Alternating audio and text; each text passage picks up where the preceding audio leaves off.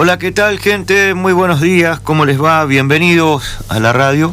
Justo arranca este programa y se desata otra vez una lluvia torrencial.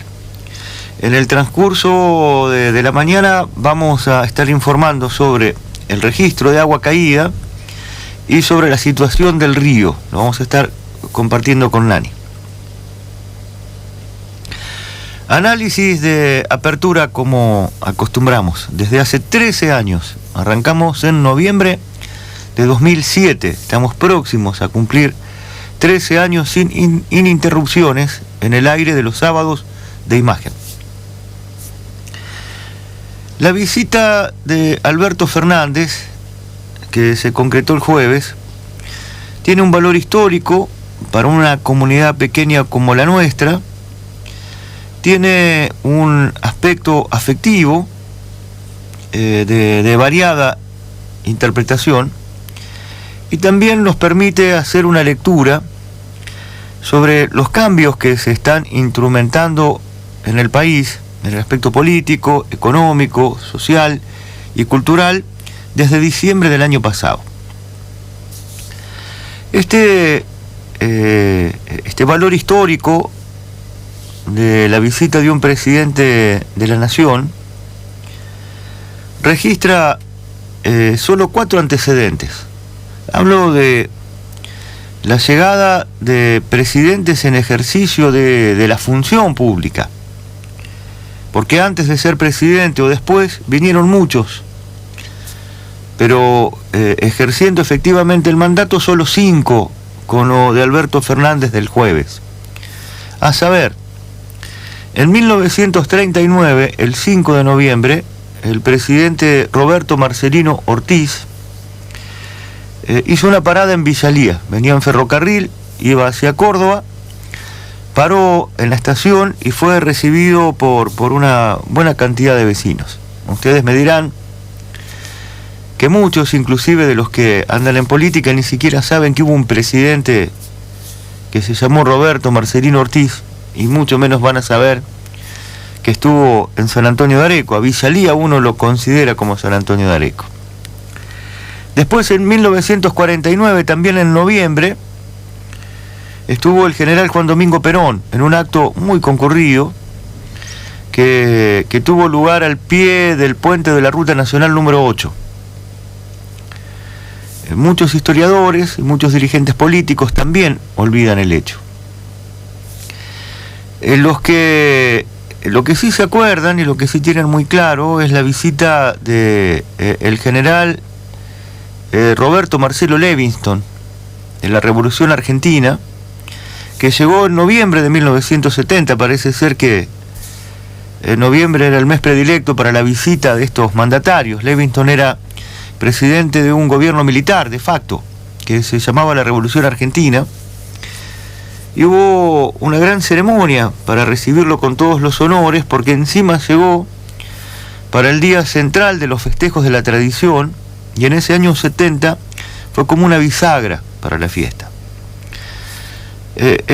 Claramente define la visión política de nuestra sociedad el recuerdo tan fresco de Levingston y el olvido de la visita de Perón.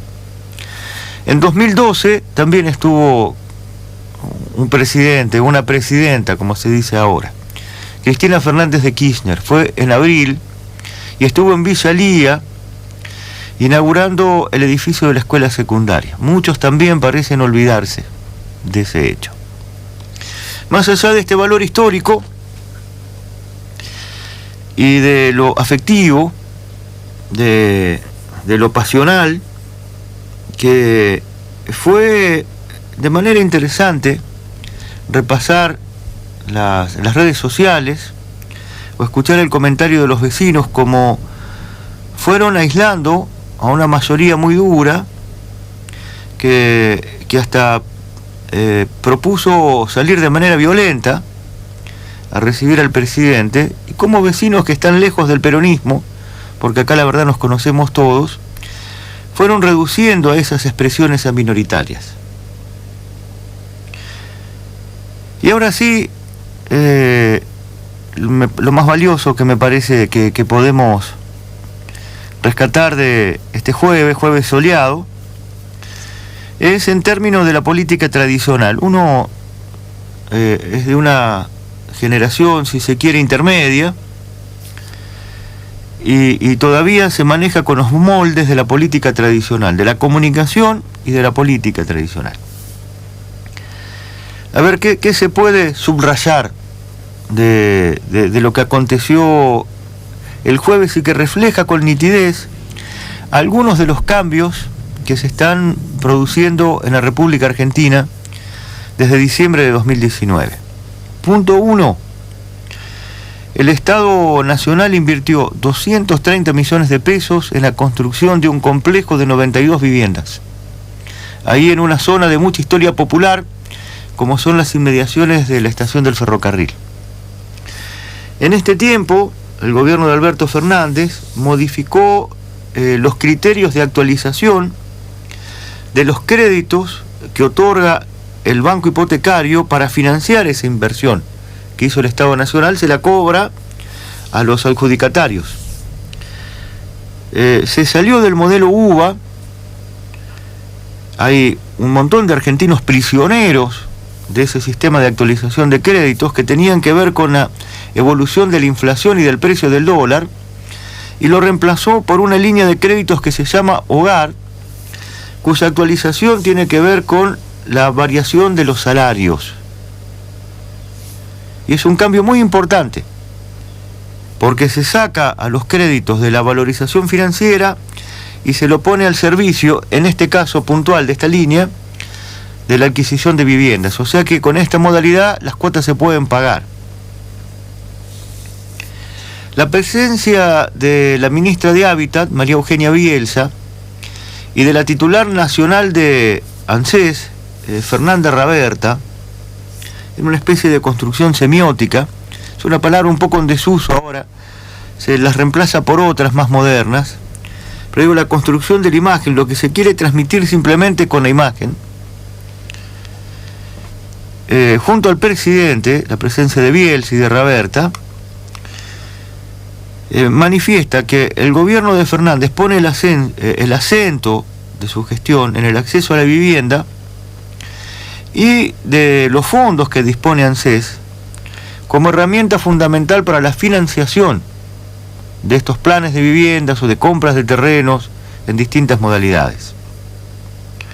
Si bien no estaban en el escenario, sí estuvieron sentados en la primera fila, la presencia del ministro de Obras Públicas de la Nación, un conocido nuestro, se ha venido 4 veces en este tiempo, Gabriel Catopodis, y el ministro de Infraestructura de la provincia de Buenos Aires, Agustín Simone, su cara es mucho menos conocida para la gran prensa y para el vecindario, pero que también estuvo 2 veces en Areco, muestran el peso que le asigna Alberto Fernández a la obra pública como el elemento dinamizador de la reactivación de una economía que necesita incentivos del Estado en todos sus niveles para arrancar.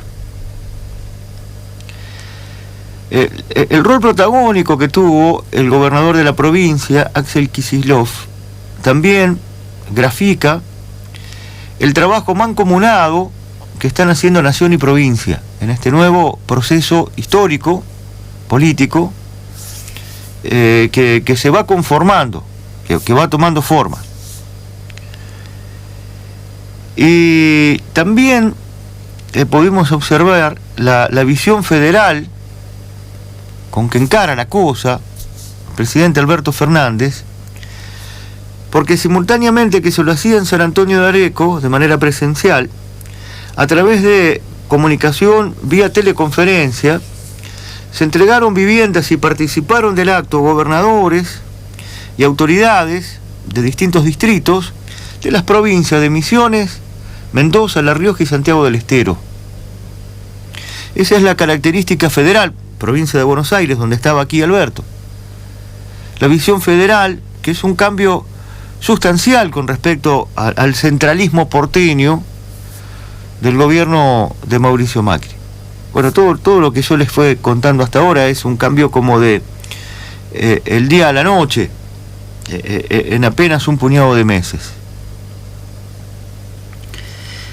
Y después de esto, porque hay otras cosas seguro para valorar, pero yo preferí detenerme en estas, que me parecieron significativas para compartirla con el oyente, que seguro vio por la televisión nacional, que transmitió en vivo, muy pocos arequeros, teniendo la posibilidad de hacerlo, se habrán quedado al margen de observar este hecho. Y por eso yo quería subrayar las cosas que me parecieron importantes como para definir la instancia política, cultural, social y económica que estamos atravesando, y la orientación que le imprime al proceso el presidente Alberto Fernández con su compañera de fórmula Cristina Fernández de Kirchner. Y a pesar de que hasta justicieramente me acusen de reiterativo, quería afirmar dos conceptos a raíz de esto. Uno es la asistencia efectiva en la crisis del Estado que ha llegado a San Antonio de Areco, que era necesaria para que la caída, que fue vertical, no generara conflictos sociales mayúsculos. En estos días se conocieron algunos índices que revelan la actualidad económica del país. Primero voy a los más viejos. Entre 2018 y 2019, 2 años, que fue el 50% final del mandato de Mauricio Macri, el Producto Bruto Interno del país cayó un 5%. La inflación del 18 fue del 47% y la inflación de 2019 fue del 54%. A eso hay que sumarle los efectos de la pandemia, que demandó una cuarentena como única herramienta efectiva, el aislamiento social, que fue muy duro en un primer tiempo y después se fue flexibilizando como para pelearle a la propagación del virus. Los datos que se conocieron esta semana a través del INDEC son, bueno, como de las peores cifras que uno conozca. El desempleo trepó al 13%, la caída del PBI rozó el 19%. En el año 2002 la caída había sido del 11%. Y la inflación hasta ahora, hasta agosto, es del 19%. En ese contexto, la asistencia efectiva del Estado Nacional y de la provincia de Buenos Aires fue considerable para evitar que los efectos económicos de esta pandemia y de la crisis económica, que es la que habría que sumarle el tremendo endeudamiento y la fenomenal fuga de divisas, para que no fuera tan profunda y para que no haya explosiones sociales. Y San Antonio de Areco recibió mucho de esa asistencia. Yo les aseguro que si acá vivimos con mucha preocupación, con mucha angustia, con mucha incertidumbre, pero con cierta calma, con mucha calma social, con mucha tranquilidad, ha sido por esta asistencia del Estado. Y la voy a poner sobre la mesa una vez más. La provincia de Buenos Aires, a través de subsidios al gobierno municipal y de créditos, los créditos fueron por 10 millones de pesos, a tasa cero, en condiciones muy favorables, compensó la caída de la recaudación durante la etapa más dura del aislamiento. Y además aportó insumos al área de salud por casi 4 millones de pesos. No tengo las cifras de los subsidios.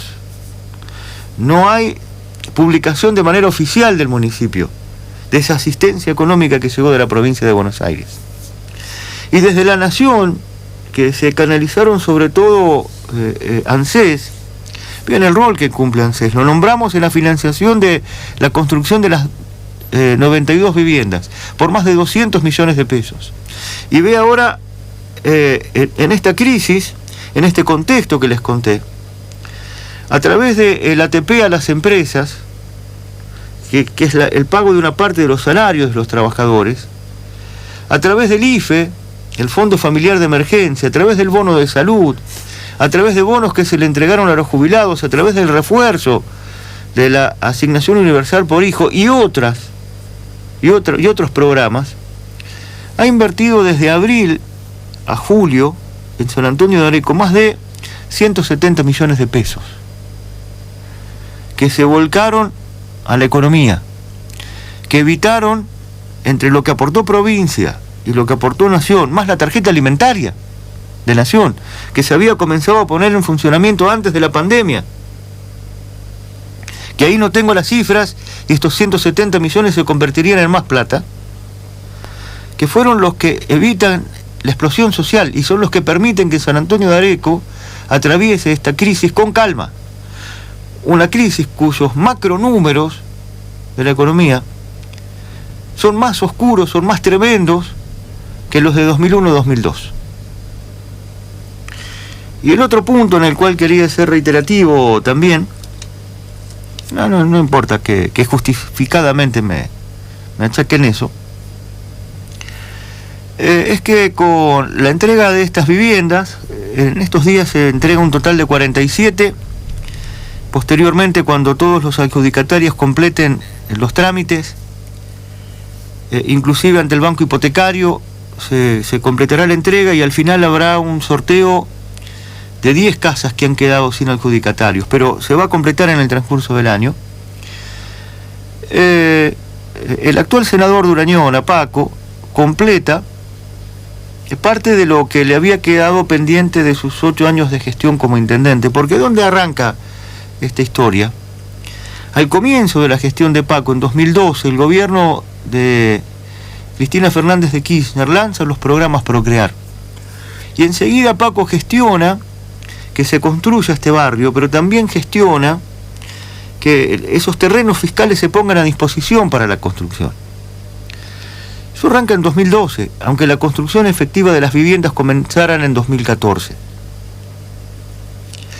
Y fue en el marco de una serie de programas que lanzó Paco desde el municipio para fomentar el acceso a la tierra y a la vivienda. Los más conocidos, hubo varios, pero son La Manuela, El Corralón, Raíces, Arraigo, etcétera, etcétera, etcétera. Entre ellos estaba este complejo de viviendas que se está entregando ahora. La base era la venta de tierras fiscales, la intervención del municipio, mediante un instrumento simple al principio, el Banco de Tierras, que después fue ganando en complejidad en la medida de que la demanda crecía, y se convirtió en agencia de hábitat, que era poner a disposición de los vecinos estas tierras fiscales, en algunos casos programas de viviendas, como fue el Corralón, hubo muchos, a menor costo y con una financiación accesible, respetando tasaciones oficiales del Banco Provincia, pero muy por debajo de los valores del mercado. Eso es una de las cosas más importantes que dejaron los 8 años de Paco y que las va terminando, cosas que le quedaron pendientes en este tiempo. Pero a la par fue mejorando las condiciones de vida de los barrios Prado y Exferia. Primero los conectó, ustedes recuerden que hasta 2012, 2013, para cruzar al barrio, las vías para ir al barrio Prado y Exferia, había apenas un alambre y una puertita de 1,5 metros. Bueno, hoy está conectado, la calle Keglex se extiende, asfaltada, hasta las vías del ferrocarril. Bueno, y fue mejorando la calidad de vida con la intervención del Estado, con obras públicas. El Boulevard Merti, con asfalto y alumbrado público. Construyó nuevo el Centro de Atención Primaria de la Salud Juan Carlos Di Santo. El original era del 85, de Tito Domínguez. Paco hizo uno nuevo en ese mismo lugar, respetó el nombre, obviamente. Mejoró la calidad de la provisión de agua, llevó a gran parte de esa zona el gas natural, mejoró el alumbrado público, hizo cordón cuneta en la mayoría de las calles, hizo asfalto en algunas calles internas, mejoró la capa de rodamiento. Obviamente que siguen quedando cosas pendientes que entiendo que se están tramitando ante la Nación. Sistema de desagües, atrás, bien al fondo en el barrio, en las últimas calles, y la etapa 3 de la cuenca este, que afecta a la zona. Tenemos un barrio nuevo, en una de las zonas con más historias del pueblo, porque fíjense que la estación del ferrocarril es de 1880, y a partir de entonces se fue desarrollando esa zona, urbanamente esa zona, ¿ven? Si tienen años, pero había quedado postergada en los últimos tiempos. Eso también lo quería resaltar a riesgo de que justificadamente me califiquen de insistente. Y después hubo otro tema que esta semana nos atrapó nuestra atención y que caló bastante fuerte en la opinión del vecino. El lunes a la tarde hubo una movilización del personal de salud. Fue nutrida, fueron aproximadamente 100 personas, que la mayoría partió con banderas, con carteles hechos a mano. Las banderas eran muy lindas. Con carteles hechos a mano, vinieron caminando por calle Lavalle desde el hospital, se concentraron en la plaza principal, después cortaron la calle y se manifestaron frente a la municipalidad. Sin políticos ni sindicatos.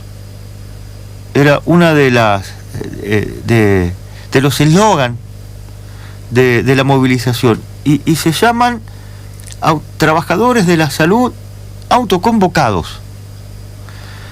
Y el corazón del reclamo era por un salario digno. Y cuando uno indaga un poco y se mezclaba con los manifestantes, bueno, el salario básico de un trabajador de la salud ronda los 15.000 pesos. Y después de ver esto, estuvieron un rato ahí, unos 20 minutos. No hubo oradores, solo Marcela Starito habló un puñadito de segundos. Escucharon el himno y salieron caminando y dieron la vuelta a la plaza, acompañados por un par de autos de los mismos manifestantes que quisieron sonar la bocina, para hacer un poco más ruidosa esta marcha. Claramente, su carácter de autoconvocados desbordó la representación sindical. Hemos dicho aquí, y lo hemos fundamentado sobradamente, que tanto UPCN como el Sindicato de Trabajadores Municipales vienen acompañando las políticas de ajuste del gobierno de Francisco Rato. Por lo tanto, en este caso puntual, los trabajadores del área de salud desbordaron esa representación y ese desempeño sindical, e hicieron como autoconvocado su propio reclamo. Hubo un cuestionamiento muy fuerte al aumento del 10% que acordaron esos gremios con el gobierno. Se quebró esa especie de alianza entre el gobierno y la conducción sindical. El aumento fue del 10% y lo recibieron en agosto. Cualquier indicador que se tome en cuenta, inclusive si se quiere ver la inflación del tiempo que Francisco Rato gobierna, que es del 22%, está muy por arriba del 10% de aumento que recibieron los trabajadores. O sea, está muy por debajo de cualquier indicador que se tome como referencia, pero que responde al objetivo de ajuste en donde la tendencia a la baja de los sueldos de los municipales es una pieza fundamental. Los trabajadores del área de salud, en este caso enfermeros, auxiliares, mucamas, cocineros, ambulancistas, personal de mantenimiento, vino gente también de los centros de salud, siguieron el mismo camino que indicaron los trabajadores de Sanear, que hicieron una medida de fuerza, un quite de colaboración a finales de julio, reclamando también, no solo por cuestiones salariales, sino por tener alguna certidumbre en cuanto a su futuro laboral. Esa acción de los trabajadores de Sanear fue como una gota de aceite que cayó ahí en la calle General Paz 315, donde está la sede de la empresa estatal, pero que se fue expandiendo. ¿Vio cómo hace una gota de aceite cuando cae sobre una tela, por ejemplo, o sobre la tierra? Que se va expandiendo, que va impregnando, que va ampliando su radio, que va impregnando una zona mayor a donde cayó. Y nosotros nos preguntábamos en ese momento, porque las condiciones son similares, muy similares, porque la política general del gobierno de Francisco Rato es general, no solo para Sanear, sino para toda la administración pública. ¿Cuánto iban a tardar en expandirse ese ejemplo de los trabajadores de Sanear en otras áreas de la administración pública. Y el lunes tuvimos la respuesta, fue por ahora en el área de salud. Llamó la atención que no hubo médicos acompañando, si se quiere, a los enfermeros y enfermeras, ni tampoco miembros de la cooperadora del hospital. Hay una alianza muy clara, ya desde los tiempos de que Francisco Rato lideraba la oposición. Hoy entre el actual gobierno, la cooperadora y los médicos. Hay una alianza política muy clara y que se vio reflejada, obviamente que no había funcionarios, era a las 6 de la tarde y esta administración por lo general baja las cortinas a las 14 horas y también es hasta lógico que no se enfrenten con los manifestantes. No había funcionarios, pero tampoco había ni médicos ni integrantes de la cooperadora del Hospital Zerboni. Los trabajadores de la salud son los que están en la primera línea de fuego, siempre atendiendo las situaciones más delicadas de la población, y más aún en esta pandemia de coronavirus y en un momento pico de contagios. Anoche los números oficiales hablaban de 238 desde que oficialmente comenzó la pandemia. Ahí se filtró el comentario de que están reclamando un aumento de salario de alrededor del 30%, pero no había unanimidad en eso. Quedaron en que van a hacer una nueva marcha. Primero dijeron el 21 de octubre. Después en las últimas horas trascendió que podría ser el 7 de octubre y que lo van a hacer en horario de mañana, cuando la administración pública esté funcionando a pleno. Y una pregunta y una afirmación para terminar. Esta situación de los trabajadores de Sañar, esta situación de los trabajadores del área de salud del municipio, ¿se puede extender a otras áreas de la administración municipal? Es una pregunta. Y lo que queda de manifiesto, son los efectos muy claros de la visión de derecha neoliberal de un gobierno como el del corte ideológico y político, como el que está llevando adelante Francisco Rato en San Antonio de Areco, que considera al salario de los trabajadores como un gasto a recortar. Eso está muy, muy claro. Y queda evidente en cada momento y sobre todo como en los que presenciamos el lunes, ahí en la Plaza Ruiz de Arellano. Sigue lloviendo todavía en nuestro querido San Antonio de Areco.